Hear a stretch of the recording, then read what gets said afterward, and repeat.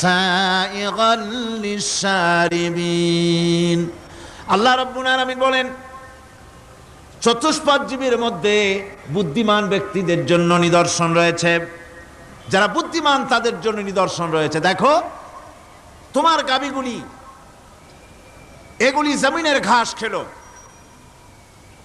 এই ঘাস খাওয়ার পর তার শরীরের ভিতরে রক্ত তৈরি হলো, পেশাব হলো, ময়লা হলো। সেই পেশাব, ময়লা, রক্ত ইত্যাদির ভেতর থেকে আমি তোমাদের জন্য দুধ তৈরি করে দিলাম।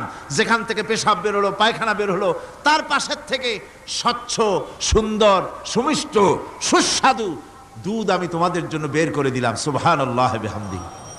দেখুন এই দুধ আল্লাহ পাক তৈরি করলেন।